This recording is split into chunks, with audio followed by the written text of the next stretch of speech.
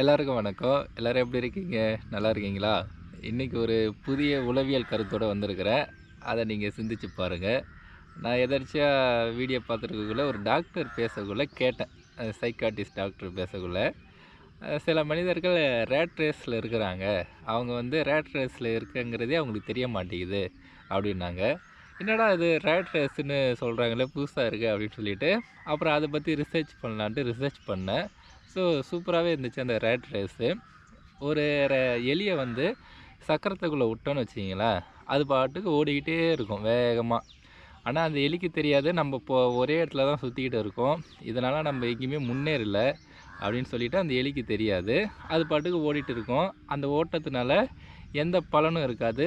ரொம்ப பிஸியா வேற ஓடிட்டு இருக்கும். ஸோ இது போல நம்ப வாழ்க்கையிலயும் நெறைய மனிதர்கள் இந்த ரேட் போல ஓடிக்கிட்டே இருப்பாங்க. ஆனா அவங்க எதுக்காக ஓடுறாங்க, ஏன் ஓடுறாங்க அப்படிங்கிற கிளாரிட்டி இல்லாம ஓடிட்டு இருப்பாங்க. அவங்க ஒரு ரேட் ரேஸ்க்குள்ள தான் இருக்கிறோம் அப்படிங்கிறது அவங்களுக்கே தெரியாது.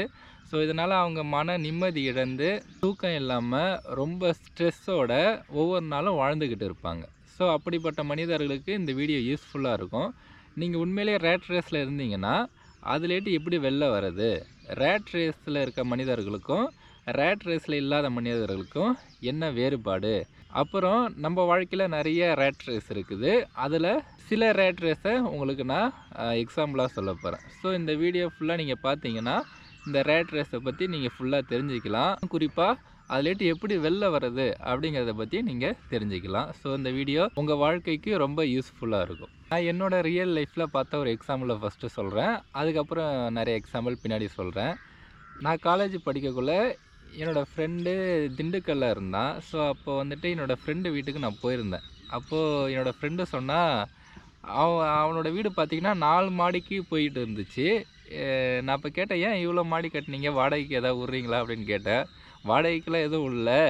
எங்க அப்பா வந்துட்டு பக்கத்து வீட்டுக்காரரு வந்து 3 மாடி கட்டிட்டாருன்னு சொல்லிட்டு, அவருக்கு மேல 1 மாடி கட்டணும் அப்படின்னு சொல்லி கட்டியிருக்காரு. இந்த ஊர்லயே அவர் வீடு தான் ரொம்ப ஹைட்டா இருக்கணும்னு சொல்லிட்டு கட்டியிருக்காருன்னு" சொன்னான். இப்போ இந்த கேஸ்ல பார்த்தீங்கன்னா, என் ஃப்ரெண்டோட அப்பா பக்கத்து வீட்டுக்காரரு 3 மாடி கட்டிட்டாருன்னு சொல்லிட்டு, அவர விட அதிகமா கட்டணும் அப்படிங்கிற நோக்கத்துல இன்னொரு மாடி எக்ஸ்ட்ரா கட்டியிருக்கிறாரு. ஸோ இதுக்காக அவரோட பணத்தையும் செலவு பண்ணியிருக்கிறாரு, நேரத்தையும் செலவு பண்ணியிருக்கிறாரு.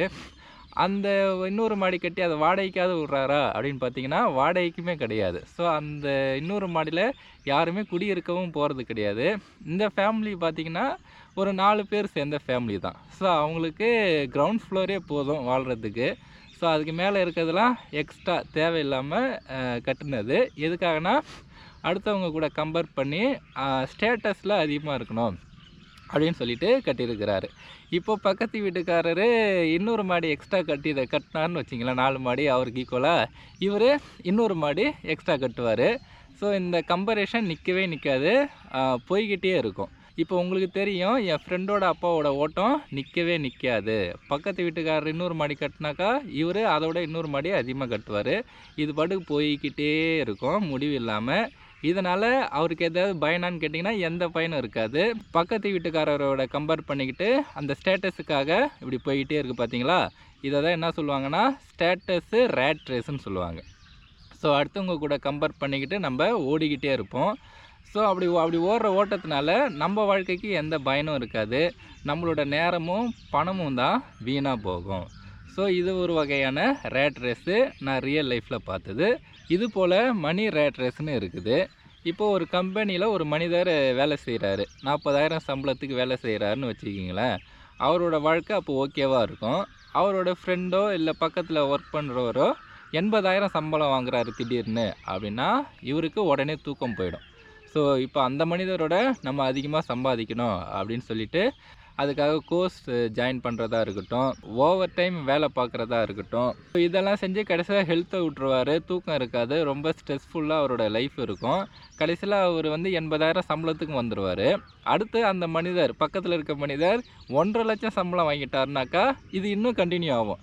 அந்த 1,50,000 வாங்கணும் அப்படின்னு சொல்லிட்டு, இதுக்காக அவரோட தூக்கத்தெல்லாம் விட்டுட்டு, அதுக்கு ஒரு கோர்ஸ் ஜாயின் பண்ணுறது, ஓவர் டைம் வேலை பார்க்குறதுன்னு சொல்லிட்டு, இப்படியே முடிவில்லாம போய்க்கிட்டே இருக்கும். ஸோ இத தான் மணி ரேட் ரேஸ்ன்னு சொல்லுவோம். ஸோ இத நம்ப வாழ்க்கையில நெறைய பேர பார்த்துருக்கலாம். இது போல இருப்பாங்க. ஆனா அவங்களோட தேவைக்கான பணம் அவங்க கிட்ட இருக்கும். ஸோ அதை வச்சு அவங்க பீஸ்ஃபுல்லாக வாழலாம்.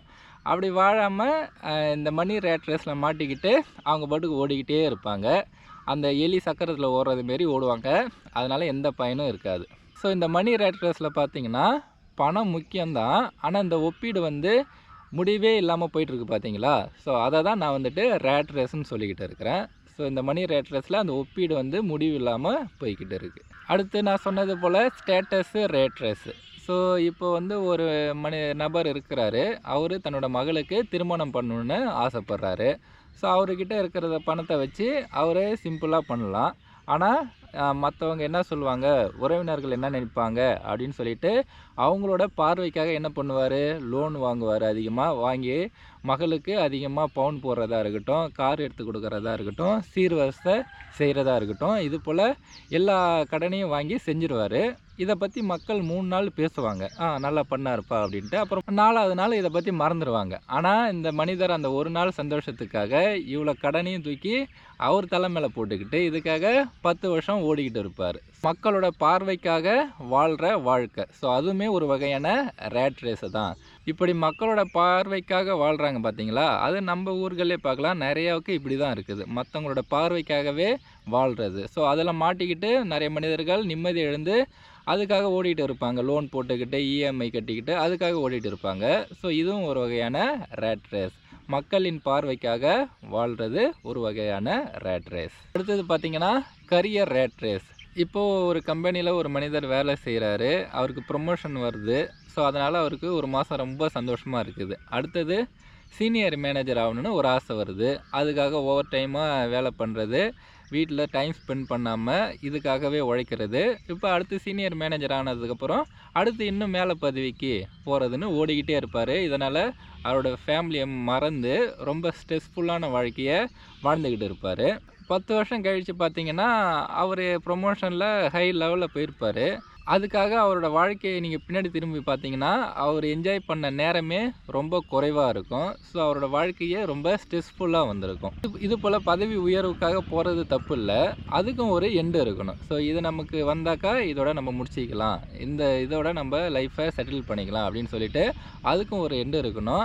அதுவுமே முடிவு இல்லாமல் போயிட்டு இருக்கக்கூடாது. அதுக்கப்புறம் என்னன்னு முடிவு இல்லாமல் போயிட்டே இருந்தாக்கா அதுவும் ஒரு வகையான ரேட் ரேஸில் வந்துடும். இந்த வகையான ரேட் ரேஸை கரியர் ரேட் ரேஸ்ன்னு சொல்லுவோம். அடுத்ததாக சொல்கிற ரேட் ரேஸு நம்ம லைஃப்பில் நிறைய பேர் இதில் மாட்டிக்கிட்டு இருக்கிறாங்கன்னே சொல்லலாம். Social media rate race. இப்போ ஒரு மனிதர் இருக்கிறாரு, அவர் ஒரு வீடியோ போடுறாரு, 200 லைக்ஸ்னால் ரொம்ப சந்தோஷப்படுவார் அந்த வீடியோவுக்கு. அடுத்து ஒரு வீடியோ போடுவார், 150 லைக்ஸ்னால் மனசு கொஞ்சம் டவுன் ஆகிடும். ஸோ இப்படி ஒவ்வொரு நாளும் அந்த லைக்ஸை பார்த்துட்டு இருப்பார். பார்த்து அவரோட வாழ்க்கை போய்கிட்டே இருக்கும். ஸோ அவரோட வாழ்க்கை எப்படி போகும்னு பார்த்தீங்கன்னா இந்த சோஷியல் மீடியா ரேட் ரேஸில் மாட்டிக்கிட்டதுனால நம்பர்லேயே போயிட்டு இருக்கும். இன்றைக்கி எத்தனை பேர் இப்போ லைக் பண்ணாங்க, இன்றைக்கி எத்தனை பேர் சப்ஸ்கிரைப் பண்ணாங்க, 1K ஃபாலோவர்ஸா, 10K ஃபாலோவர்ஸா, 1 lakh ஃபாலோவர்ஸான்னு நம்பர்லேயே அவரோட லைஃபு போய்கிட்டே இருக்கும். ஒரு நாள் அவர்கிட்ட ஃபோன் இல்லாமல் இருக்க சொல்லி பாருங்களேன், அவரால் அந்த ஃபோன் இல்லாமல் இருக்கவே முடியாது. அவர் அந்த நம்பர்லேயே மாட்டிக்கிட்டு அதையே பார்த்துட்டு உட்காந்துருப்பார் ஃபோனில் ஃபுல் நேரமும். ஸோ இதை தான் சோஷியல் மீடியா ரேட் ரேஸ்ன்னு சொல்லுவோம். இப்படி 1 lakh followers, 2 lakh followers, 3 lakh ஃபாலோவர்ஸ்ன்னு அந்த அப்ரூவலுக்கு அடிமையாகி அவங்க ஒரு வாழ்க்கையை வாழ்ந்துட்டு இருப்பாங்க. இதை சோஷியல் மீடியா ரேட் ரேஸ்ன்னு சொல்லுவோம். ஸோ நானும் சோஷியல் மீடியாவில் தான் பேசிகிட்டு இருக்கேன். இப்போ நம்ம ஒரு வீடியோ போடுறோன்னா அதை நிறைய பேர் பார்ப்பாங்க, பார்க்காமே இருப்பாங்க. அதை பற்றிலாம் நம்ம கவலைப்படக்கூடாது. இதையே நம்ம வாழ்க்கை ஃபுல்லாக நினச்சிட்டு இருக்கக்கூடாது. ஸோ இதுக்காக நம்ம லைஃப்பில் கொஞ்சம் நேரம் தான் ஒதுக்கணும். 1 hour இந்த சோஷியல் மீடியாவுக்காக ஒதுக்குறேன், அவ்வளோதான். அதுக்கு மேலே இந்த சோஷியல் மீடியாவில் நான் இருக்க மாட்டேன் அப்படின்னு அதுக்கு ஒரு விதிமுறை நீங்கள் வச்சுருக்கணும். சில பேர் பார்த்தீங்கன்னா 24 மணி நேரமும் அந்த ஃபோன் எடுத்து பார்த்துட்டே இருப்பாங்க. இப்போ வீடியோ பார்த்துட்டாங்களா, எத்தனை பேர் பார்த்துருக்காங்க, 200 பேர் பார்த்துருக்காங்களா, அப்புறம் இந்த வீடியோ எத்தனை பேர் பார்த்துருக்காங்கன்னு சொல்லிட்டு அதிலே மாட்டிக்கிட்டே கிடப்பாங்க. ஸோ அது கடைசியில் என்ன ஆகிடுது, அது ஒரு வகையான சோஷியல் மீடியா ரேட் ரேஸாக மாறிடுது. அதில் போய் தேவையில்லாமல் மாட்டிக்கிறாங்க நிறைய மனிதர்கள். நீங்கள் விழிப்போடு இருக்கணும். அடுத்து இப்போ ரேட் ரேஸில் ஓடுற மனிதர்கள் எப்படி இருப்பாங்க, ரேட் ரேஸில் ஓடாத மனிதர்கள் எப்படி இருப்பாங்க அப்படிங்கிறத சொல்கிறேன். இன்னும் உங்களுக்கு ரொம்ப கிளாரிட்டியாக இதை பற்றி தெரியும். இப்போ ரேட் ரேஸில் ஓடுற மனிதர்கள் எப்படி இருப்பாங்கன்னு பார்ப்போம். ஃபஸ்ட்டு அவங்க எப்போவுமே பிஸியாக இருப்பாங்க. மைண்டு வந்து காமாக இருக்காது. எப்போ பார்த்தாலும் ஃபோனை கையிலேயே வச்சுக்கிட்டு இருப்பாங்க. அவங்க பிஸியாக இருக்கிறது தான் ப்ரொடக்டிவான லைஃப்னு நினச்சி வாழ்ந்துக்கிட்டு இருப்பாங்க. அடுத்து 2வது எப்போவுமே கம்பேரிஷன் மோடுலேயே இருப்பாங்க. அவன் என்ன வாங்கினா, அவன் என்ன பண்ணுறான், அவனுக்கு எவ்வளோ சம்பளம் அப்படின்னு கம்பேரிஷன் மோடுலேயே இருப்பாங்க. அவரோட வாழ்க்கை அவரோடதாகவே இருக்காது. அடுத்து 3வது பார்த்தீங்கன்னா, போதும்னு சொல்ல தெரியாது. ஒரு கோலை அடைஞ்சிட்டாக்கா அடுத்த கோல் ரெடி ஆகிடும். ஒரு ப்ரொமோஷன் முடிஞ்சிச்சுன்னா அடுத்த ப்ரொமோஷனுக்கு ரெடி ஆகிடுவாங்க. ஒரு கார் வாங்கினாங்கன்னா அதோட பெரிய கார் வாங்கணுன்னு அப்படி ஓடுவாங்க. ஒரு வீடு கட்டினாங்கன்னா இன்னும் இதோட பெரிய வீடு கட்டணுன்னு அடுத்து போயிட்டே இருப்பாங்க. ஒரு ஃபினிஷ் லைனே இல்லாமல் போயிட்டு இருப்பாங்க. அடுத்து 4வதாக பார்த்தீங்கன்னா, வெளியில் சக்ஸஸ் இருக்கும், ஆனால் உள்ளாட்டி ரொம்ப ஸ்ட்ரெஸ்ஸாக இருப்பாங்க. வெளியில் நல்லா சிரிப்பாங்க, எல்லாருக்கிட்டையும் பார்க்கக்குள்ளலாம் பளபளப்பாக முகத்தை வச்சுருப்பாங்க. அதே சமயம் ஸ்டேட்டஸ்லேயும் ஹையர் லெவலில் இருப்பாங்க. எந்த அளவுக்கு ஸ்டேட்டஸில் ஹையர் லெவலில் இருக்கிறாங்களோ அந்த அளவுக்கு உள்ளுக்குள்ளே ஆன்சிக்டியாக இருப்பாங்க. அடுத்து 5வதாக ஒரு பயத்திலே வாழ்ந்துட்டு இருப்பாங்க. பின்னாடி போயிடுவானோ, மக்கள் என்ன நினைப்பாங்க அப்படின்னு எந்த முடிவு எடுத்தாலுமே பயத்திலே முடிவு எடுத்துகிட்டு இருப்பாங்க. ஸோ இந்த ரேட் ரேஸில் ஓடுற மனிதர்களுக்கு இந்த 5 அறிகுறிகள் இருக்கும். ஸோ இந்த 5 அறிகுறிகளில் உங்களுக்கு ஏதாவது இருக்கா அப்படிங்கிறத பாருங்கள். அடுத்து ரேட் ரேஸில் இல்லாத மனிதர்கள் எப்படி இருப்பாங்க அப்படிங்கிறத பார்ப்போம். அவங்களோட வாழ்க்கை ரொம்ப கிளாரிட்டியாக இருக்கும். என்ன வேணும் என்ன வேணாம் அப்படிங்கிறதுல தெளிவாக இருப்பாங்க. அதனால் அந்த அன்னெசரியாக ஓடுற ஓட்டம்லாம் அவங்கக்கிட்ட இருக்காது. அவங்களோட வாழ்க்கை ஓட்டம் ஸ்லோவாக ஸ்டேபிளாக இருக்கும்.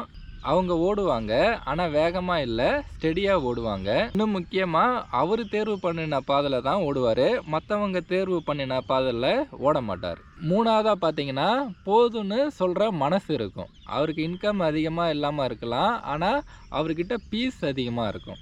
அடுத்து அவர்கிட்ட கம்பேரிஷன் குறைவாக இருக்கும். அடுத்தவங்க கூட கம்பேர் பண்ணிக்க மாட்டாங்க. அதுக்கு பதிலாக இன்றைக்கி நான் நேத்தியை விட கொஞ்சம் பெட்டராக இருக்கிறானா, ஏதாவது கொஞ்சம் முன்னேறி இருக்கிறானா அப்படின்னு அவங்கள தான் சுய ஆய்வு செஞ்சு பார்ப்பாங்களே தவிர மற்றவங்க கூட அவங்கள கம்பேர் பண்ணி பார்க்க மாட்டாங்க. அடுத்து 5வதாக ரொம்ப சுதந்திரமாக ஃபீல் பண்ணுவாங்க. இஎம்ஐ கூட இருக்கலாம், லோன் கூட இருக்கலாம், ஆனால் அவங்களோட மனசு எதுக்கும் அடிமை ஆகியிருக்காது. ஸோ அதில் ஒரு பீஸ்ஃபுல்லாகவே இருப்பாங்க, ரொம்ப சுதந்திரமாக ஃபீல் பண்ணுவாங்க. இறுதியாக இந்த ரேட் ரேஸ்லேட்டு எப்படி வெளில வருது அப்படிங்கிறத பார்க்கணும். ஸோ ஃபஸ்ட்டு நீங்கள் ஒரு ஓட்டத்தில் ஓடிட்டு இருக்கீங்க அப்படிங்கிறத உணருங்க.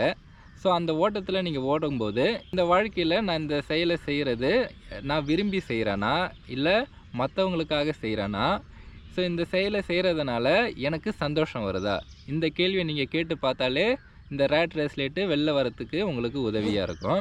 அடுத்து 2வது ரொம்ப முக்கியமானது, ஒப்பிட்ட நிறுத்தணும். அவனுக்கு மற்றவங்க கூட நம்மளை ஒப்பிட்டு பார்க்குறோம் பாருங்களேன். அவனுக்கு வீடு இருக்குது, கார் இருக்குது, இவ்வளோ சம்பளம் வாங்குகிறான் அப்படிங்கிறத ஒப்பிட்டு பார்த்து நம்ம ரேட் ரேஸில் மாட்டிப்போம். ஸோ இந்த ஒப்பிட்ட நிறுத்தினாலே பாதி ஓட்டம் குறைஞ்சி போயிடும். யாரு கூடயும் உங்களை ஒப்பிட்டு பார்க்காதீங்க. 3வது, நம்மளோட தேவையையும் ஆசையையும் பிரித்து பார்க்கணும். ஸோ தேவைக்காக நம்ம ஓடுறது தப்பு இல்லை, ஆனால் நமக்கு ஒரு ஆசை இருக்கும், அந்த ஆசைக்கு அடிமையாகிடக்கூடாது. ஸோ ஆசை இருக்கலாம், அதை வந்து பொறுமையாக நம்ம நிறைவேற்றணும். ஸோ அந்த ஆசைக்காக அடிமையாகி அதுக்காக வேகமாக ஓடக்கூடாது. ஸோ தேவையையும் ஆசையையும் பிரித்து பார்க்கணும். தேவைக்காக ஓடுறது தப்பு இல்லை, இந்த ஆசைக்கு அடிமையாகி ஓடுறது பார்த்தீங்களா, அதுதான் ரொம்ப தப்பு. ஸோ இப்படி ஓடுற ஓட்டத்தில் இது இல்லாமல் நான் வாழ முடியாதா அப்படிங்கிற கேள்வியை கேட்டு பாருங்கள். இந்த ரேட் ரேஸ்லேட்டு நீங்கள் வெளில வரலாம் ஈஸியாக. அடுத்து 4வதாக, பணம் மட்டும்தான் வெற்றின்னு நினச்சிக்க கூடாது. அமைதி, ஆரோக்கியம், மனநிறைவு, குடும்ப நேரம், சுதந்திரம், இது இல்லாமல் நீங்கள் எவ்வளோ சம்பாதிச்சாலும் அது வெற்றி கிடையாது. இது எல்லாமே உங்கள் வாழ்க்கையில் இருக்கணும். 5வதாக, உன் வாழ்க்கைக்கு நீங்கள் தான் விதியை எழுதணும். ஸோ உனக்கு பிடிச்ச வேலையை செய்யணும், அதை உனக்கு பிடிச்ச வேகத்தில் போகணும். உன் அளவுக்கு எவ்வளோ உழைக்க முடியுமோ அவ்வளோவுக்கு உழைக்கணும். மற்றவங்க எழுதுகிற பாதையில் நீ போகக்கூடாது. உன் வாழ்க்கையோட விதியை நீ தான் தீர்மானிக்கணும். அடுத்து இறுதியாக, மெதுவாக வாழ கற்றுக்கணும். இந்த மொபைலெல்லாம் ஒதுக்கி வச்சுக்கிட்டு இயற்கையை கொஞ்சம் நேரம் பார்க்கலாம், குடும்பத்தோடு பேசலாம், நண்பர்களோட பேசலாம். அமைதியாக இருந்தால் நம்மளோட மனமே நம்மக்கிட்ட பேசும், மனம் சொல்கிறதையும் கேட்கலாம். இது போல் அதிக வேகமாக ஓடுறதை நிப்பாட்டிட்டு மெதுவாக வாழ கற்றுக்கிட்டிங்கன்னா ரேட் ரேஸ்லேட்டு ஈஸியாக வெளில வரலாம். அதிக வேகமாக ஓடுறது உங்களுக்கு அதிக அழுத்தத்தை தான் இன்னும் கொடுக்கும். ஸோ இந்த ரேட் ரேஸ்லேட்டு வெளில வரணுன்னா அந்த ஓட்டத்தை நிப்பாட்ட வேணாம், அந்த ஓட்டத்தை யாருக்காக ஓடுறோம் அப்படிங்கிற கேள்வியை கேட்டு பாருங்கள். நீங்கள் இந்த ரேட் ரேஸ்லேட்டு வெளியில் வந்துடலாம்.